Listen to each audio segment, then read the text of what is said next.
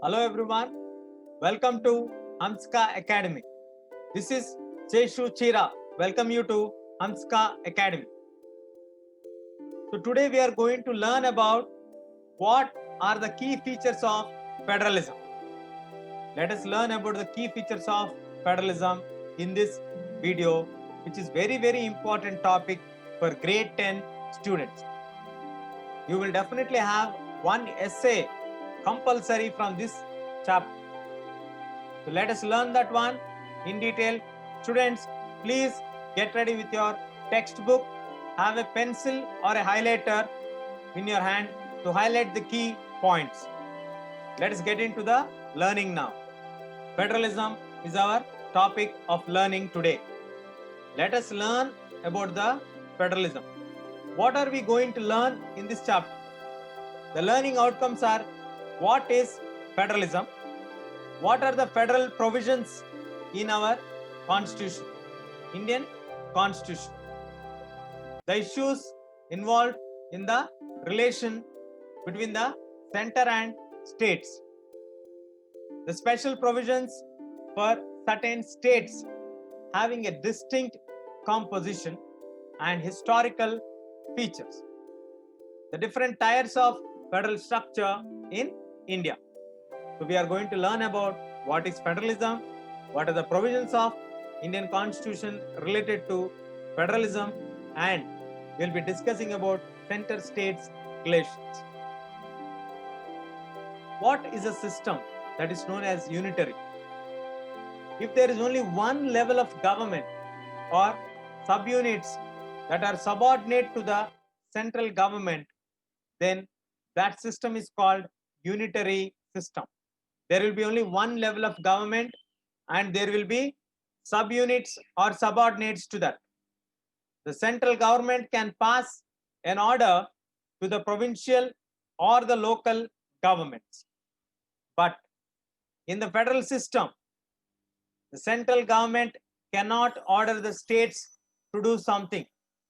State government has powers of its own for which it is not answerable to the central government. So this is the fundamental difference between a unitary government and a federal system. In the unitary system, we have one level of government which has the complete power and it can pass orders to the provincial or the local government. But at the federal structure, the central government cannot pass the orders stating something to do by the state government, because state governments also have their own powers for which they are not answerable to central governments. Means there is some amount of autonomy given to the state government. Why federalism is important? Why the federalism spirit or federalism is an important part of our Indian constitution? Because if you remember the case study of USSR, which was world's superpower till 1989, due to excessive centralization and dominance, slowly the federal structure collapsed and that got disintegrated. And similarly, if you take Canada's case study, they came very close to a breakup between the English speaking community and the French speaking regions in the country. Because if you look at these cases, they have only two language divisions in Canada, majorly spoken language, and USSR. But if you come to India, India is a land of continental proportion, immense diversity. There are more than 20 major languages spoken. We don't know how many regional languages and dialects we have. It could be more than 1500 and several hundred minor languages, as I told you. It is the home for several major religions. More than 12 to 15 religions are followed in our country. If you have such a vast, diverse nature, with the two language differences or with some policies, they are breaking up the countries. It is very, very important for a country like India, where we have a lot of diversities and more than 20 official languages, many religions, and several million indigenous population living in different parts of the country. We need to take care of every segment, every section in our society carefully. That's the reason why federalism is very, very important in our country. What is federalism? Federalism is a system in which the power is divided between the central government and various other units. So the main central government will have certain powers. Apart from that, the power is distributed to state governments and the other levels of governments. Federalism has been originated from the word federal, which means some kind of agreement. Fideus. Fideus is a Latin word from where we took the word federalism, which means a mutual agreement. When can we have a mutual agreement? We can have a mutual agreement only when there are at least two levels of government. At least two parties should be there to have a federal setup. So in federalism, we need to have at least two levels of government. One of the government will be taking care of the entire country, usually with few subjects of national interest, defense, currencies, like that. And the other governments are at the levels of the states. They take care of day-to-day administration of the state. So there are at least two levels of government.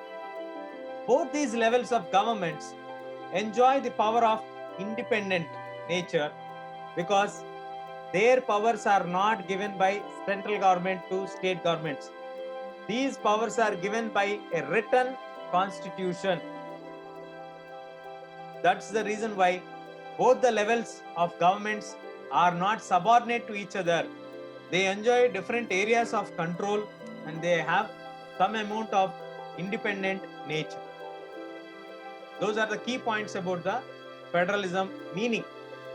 It is taken from the Latin word fideus, which is meaning of mutual agreement.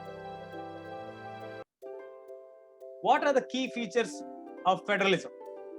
If we have to list out the key features of federalism, we can make it as 6 to 7 pointers. First one, as I told you, federalism is coming from the word fideus, which means mutual agreement. So there should be at least two parties, two levels of governments. In federalism, there will be at least two or more levels of provincial or state government. That is the first key point. The second key point is constitutional status. They enjoy the specific jurisdiction. The area of their work is given clarity by the constitution. The authority of each tier of the government is constitutionally guaranteed.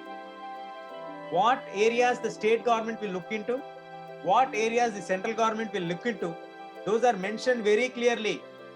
So that is the constitutional status. Third feature, distribution of power.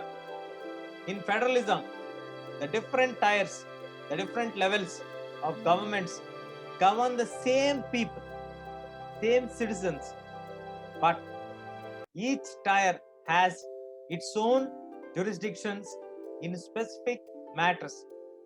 Matters related to legislation, matters related to taxation, matters related to administration. So the powers are distributed. Though they are controlling the same set of people, but the power is distributed. Equal status. The fundamental provisions of the Constitution cannot be unilaterally changed. Suppose if I am in the union government, I don't like the state government work, I cannot enter into that government's administration and change the laws. No, I cannot do that. Nor any government can do that. So the central government cannot change the provisions until and unless they get the consent from the lower level of the bodies. If the lower level of the government or the authority requests and sends its consent, then only the central government can do the necessary changes. Otherwise, we cannot change them. These are the four key features: two levels of government, distribution of power, constitutional status, equal status, and independent judiciary. The courts have a power to interpret the constitution and powers of the different levels of government. If there is any dispute between the central government and the state government, there is an independent judiciary to give clarity on that. That is the independent judiciary's role. Coming to financial autonomy, federalism provides a specified source of revenue for each and every level of government so that they are free and having their own clear funds, what they have to collect as tax, where they have to raise funds. That clarity will be given by the government, and each level of government is having specified sources of revenue to continue with their works. And the dual objective, federal system has dual objective. It is one to safeguard and promote the unity of the country. At the same time, they also want to accommodate the regional diversity living in the country. So, what are the key features of federalism? Means two levels of government is must, minimum two levels, maximum there can be 4, 5 like that.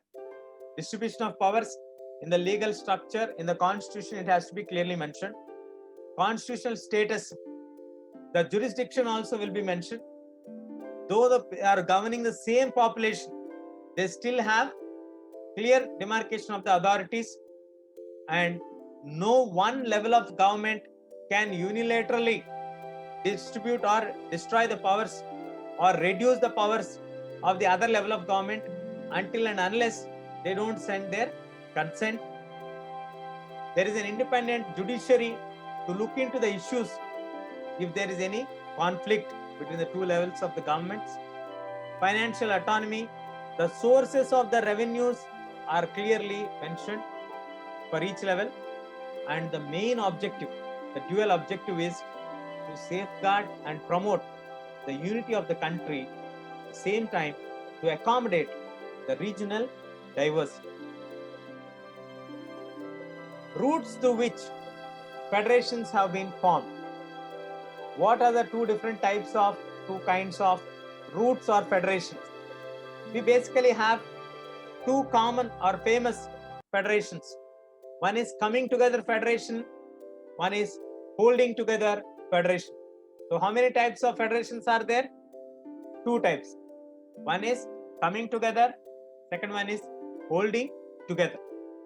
In coming together federation, as it is saying that it is a route where independent states will come together to form a bigger unit, a larger unit.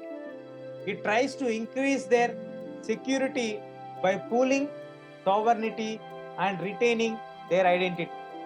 Means all the constituent units who all are coming together will have equal powers. They all are independent states coming together. That's why it is called coming together federation. Examples are USA, Switzerland, and Australia. Coming to holding together federation, we are holding them strongly.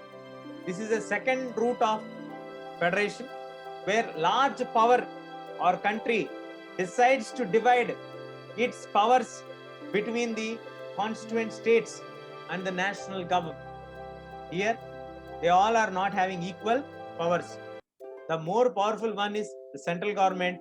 They will divide the powers with their state governments, or they share the power with the state governments and the local governments. Examples for such type of government is India, Spain, and Belgium. So we have two types of federations. One is coming together. Independent states will come together to form a larger unit. There, the independent units will have equal powers with the central government or the governing authority. Examples are USA and Switzerland. When it comes to holding together federation, here this is the second type, And here the larger power rests with the country. The central government will decide and divide their powers with their constituent bodies. So central government tends to be more powerful vis-a-vis the states when compared with the states. Examples for such governments are India, Belgium and Spain. Now the constitution has declared India as a union of states. Although we did not use the word federation in anywhere in our constitution, Indian Union is actually based on the principles of federation. In the Indian constitution, we don't find any article or provision related to federalism or the word federation, but we have the clear ideas and the clear principles mentioned about federalism. The union government and the central government represents the union of India and the state government. Later, a third level of federation was added in the form of panchayats and municipalities, and now you can see the authority is completely clearly mentioned in the constitution, in the Indian constitution. If you look at the Indian federal structure of our country, India has a written and a rigid constitution. India has division of powers between the center, states and concurrent list. And there is an independent judiciary to take care of any kind of disputes which are arising between the different levels of government. You can see on the screen here, there are 3 lists as I mentioned for you. One is the union list. In the union list, there are subjects like defense, atomic energy, foreign affairs, war, peace, banking, railways, post, telegraphs, airways, port, foreign trade, currency and coinage, in which only the central government, the union government can make the laws. When it comes to the state list, that is the second list, it includes the subjects such as agriculture, police, prison, local government, public health, land, liquor, trade and commerce, livestock, animal husbandry, state public services. Here, only the state legislature can make the laws, which means the state government. And there is another list, that is concurrent list, common list. Concurrent list is nothing but common list. Both the central government and also the state government can make laws on these subjects like education, forest, trade, transfer of property, trade unions, adulteration, adoption and succession, these kind of subjects. But there is a provision here. If the central government is making any law on the concurrent list subjects, already state government has made one law on that, the state government law will get nullified and the central government law will become into effect. So there central government has an extra edge. Now in these 3 lists, how many subjects are there? With the recent additions, we have 100 subjects in the union list, 61 subjects in the state list and 52 subjects in the concurrent list. Now, what about the subjects which are not mentioned in any of these lists? That subjects are called as residuary powers. That subjects are called as residuary powers. So they are like cyber laws. Cyber laws have there, who will make the laws on this? That is the question now. Definitely union government alone can make the laws on these subjects which are not mentioned in any of the list. So union government can make laws in union list, concurrent list and the residuary powers. So both center and states can make laws on concurrent list. But if there is any law which is prevailing, which is made by the center, automatically that law will prevail. State law will become null and invalid. How is federalism practiced in our country? Federalism is practiced in our country. The first major challenge what India has faced is the linguistic states. In 1947, the boundaries of several olden states were reshaped, changed to ensure people to have same language regions lived in same state. So linguistic states, creation of the linguistic states post independence was a major challenge which the Indian federalism was kept to test for the first time. After that, coming to the language policy. In our constitution, Hindi is identified as one of the official languages. So there are 21 languages recognized as scheduled languages by the constitution. But when Hindi is identified as official language, there has been a huge controversy over Hindi and English, because most of the non-Hindi speaking states demanded that they want the use of English to be continued. Initially, there was a provision that till 1965, English will be continued as a co-official language, and later they will be removing it. But because of this controversy which has been raised by the non-Hindi speaking states like Tamil Nadu, Kerala, Karnataka, all the states, they started to continue the language English also along with Hindi. The two major challenges which the Indian federalism had to overcome is the linguistic states and the language policy. Now coming to the center-state relations, the central government has often misused the constitution to dismiss state governments. They were controlled by the opposition parties or the rival parties. This undermined the spirit of federalism in our democratic setup. Is it true? Yes. It has been truth and valid. Even now also, I don't want to quote the examples, but any government which is at the central level would always like to take more states into their particular control or establish their party in power there. For that, sometimes they have used this particular principle and article 356 and all to dismiss the opposition parties' governments. So this kind of scenarios have undermined the value of federalism. Decentralization in India. Now, when we talk about decentralization, let us look at the definition. When a power is taken away from central and state governments and given to local bodies, that is called decentralization. We are removing the power for the center and giving it for the local bodies. What is the basic idea behind this? The basic idea behind this is that there are large number of problems and issues which are best settled at the local level.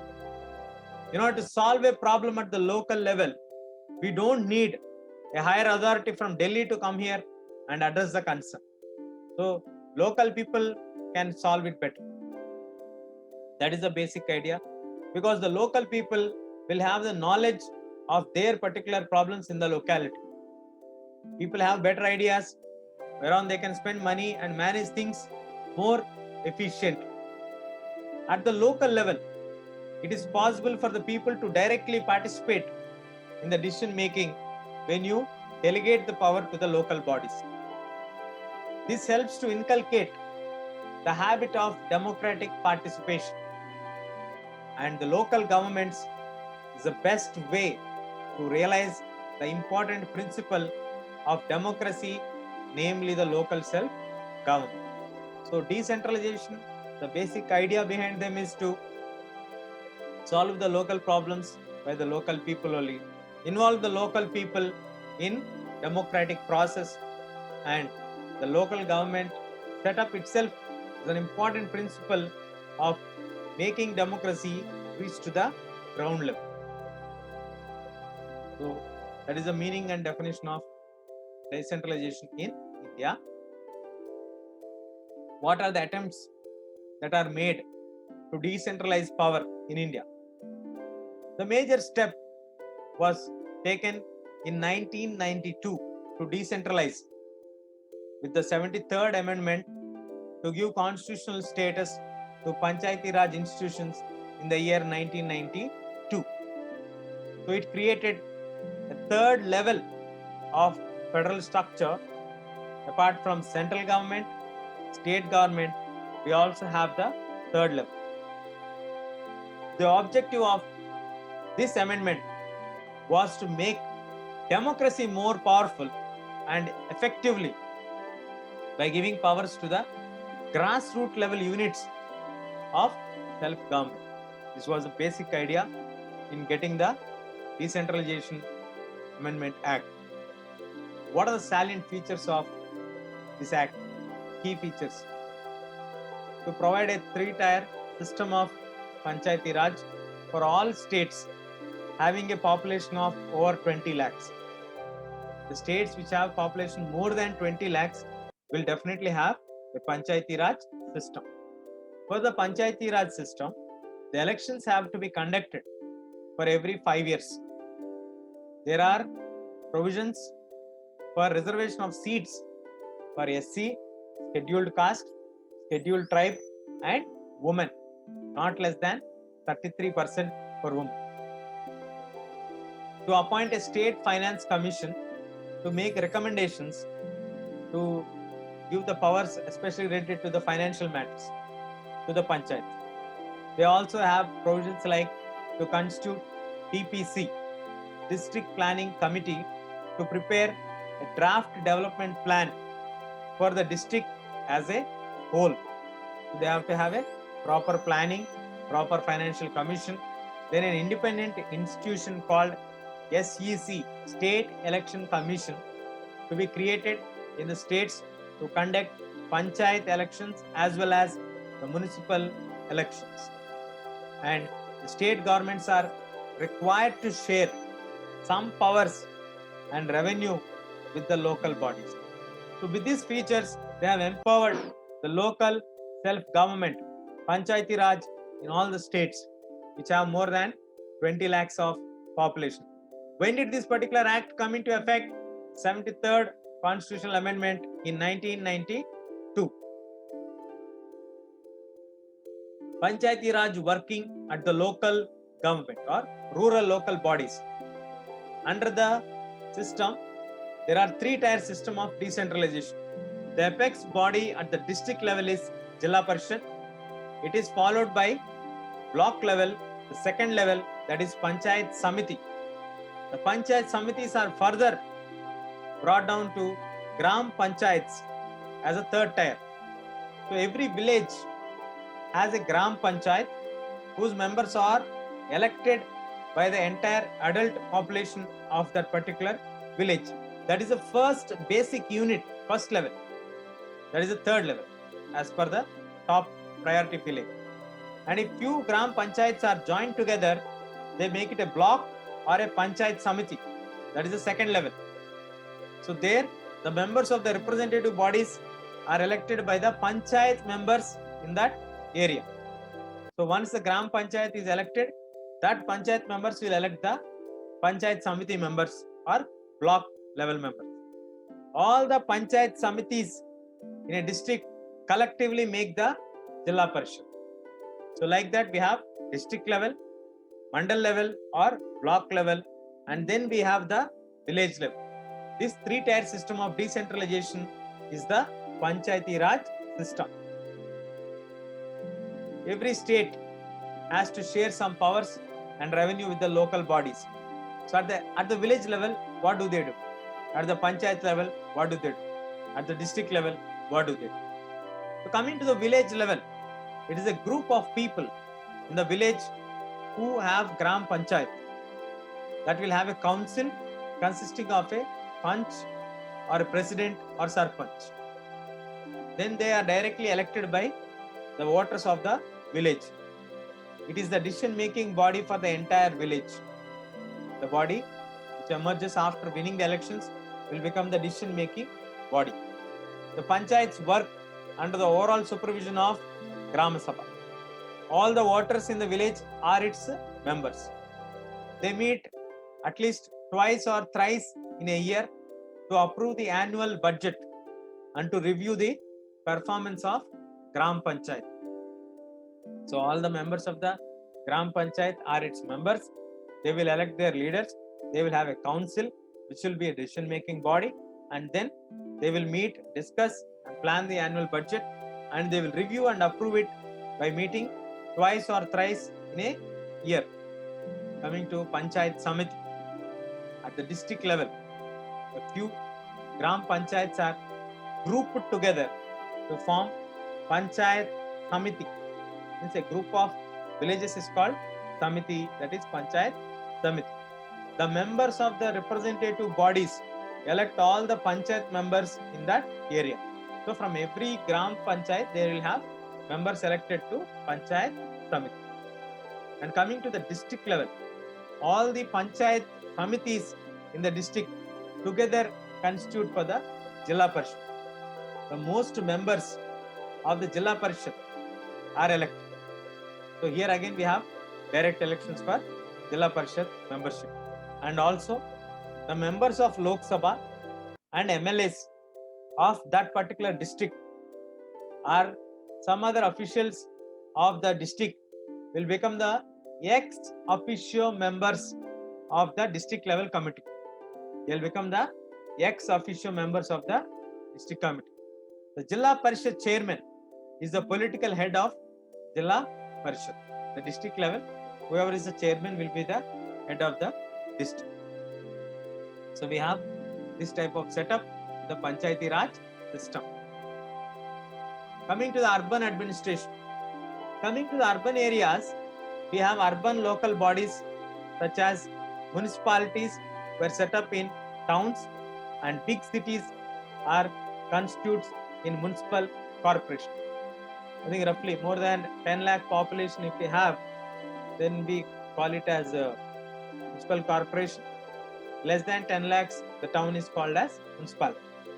Something like that. So both municipalities and municipal corporations are controlled by elected bodies. They have people's representative. So municipal chairman is a political head of the municipality. Similarly, a municipal corporation will have an officer called mayor. He is also an elected person. So in the urban setup, we have municipalities and municipal corporations. Powers and the responsibilities of Gram Panchayats. According to the constitution, Panchayats are given certain power and authority, like preparing a plan for the economic development and social justice of the village, implementation of the schemes for economic development of the village. It will charge and collect all the due taxes, duties, tolls and fees. That is a source of income for Panchayat Raj bodies. In Gram Sabha, they play an effective role in planning the panchayats. In Gram Sabha meetings, the rural poor, women and the marginalized people will also get an opportunity to join in the decision-making process in the matters which will affect their lives. That's why they are involved in this. Following are the functions of Grama Sabha. Grama Sabha should meet at least 2 times or at least once in every quarter, preferably on Republic Day, Labor Day, Independence Day or Gandhi Jayanti. Either of the days they can meet. It should decide and approve the developmental works which is to be carried out by the panchayats. If the Gram Sabha does not approve it, the panchayat cannot go ahead. Then it suggests remedial measures for economy and efficiency in the functioning of the panchayats that has to be accepted. It should have questions and examine the work of the panchayats in the meetings of Gram Sabha. So they will be evaluating them. And in short, they discuss the annual financial statement of Gram Panchayat and examine the revenues and the expenditures incurred in the whole year, and they will approve it. Like that, these are the key functions of Gram Sabha, which involves all the members of the village. It is recommended to have a meeting at least once in a quarterly on a Republic Day or Labor Day, Independence Day or Gandhi Day. What are the demerits of local self-government? The demerits of the local self-government can be listed as 5. 1. The irregular election. In most cases, elections to panchayats are irregular, but as the constitution, they have to conduct for every 5 years. But due to certain political issues, uncertainty in the elections was clearly evident regarding the Panchayati Raj election. Domination of upper caste. The Panchayati Raj system is mostly dominated by the rich farmers, money lenders, upper caste people who live in that particular village. That is why the new Panchayati Raj Act provides reservations for SC and ST to bring them into the limelight, because otherwise they are dominated by rich farmers, money lenders and upper caste. Ignorance, illiteracy and poverty of the villagers. Ignorance about the rights. They don't know much about what are their rights. They are illiterate and they are struggling with poverty. They have less enthusiasm to participate in the Panchayati Raj system. And they don't even know that they are being used or they are being exploited by the rich farmers or money lenders or anybody. Excessive official control. The district officials interfere unnecessarily in the working of a panchayat and dissolve it or suspend it according to their will. There are certain cases where certain district collectors have involved and suspended the Gram Sabhas. Lack of adequate funds. A lot of money is needed for the developmental activities and the sources of incomes are limited.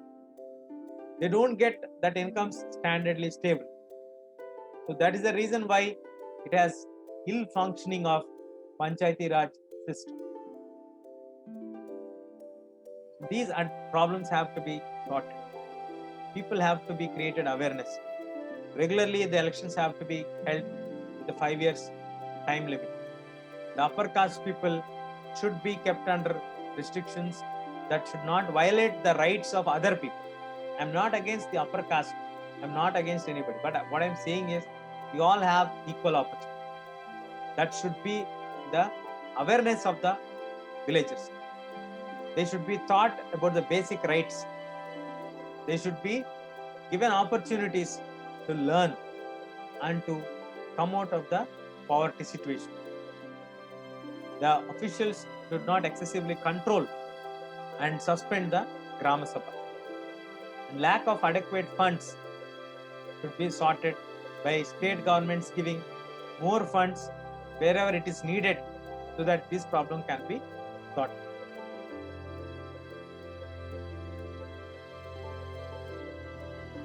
So in this video, we learned that what are the features of federalism, what are the basic provisions, what are the key features, when did they do the Panchayati Raj Act, when it come into effect, what are the provisions of the Panchayati Raj system. Hope you all understood. Stay tuned. Thank you.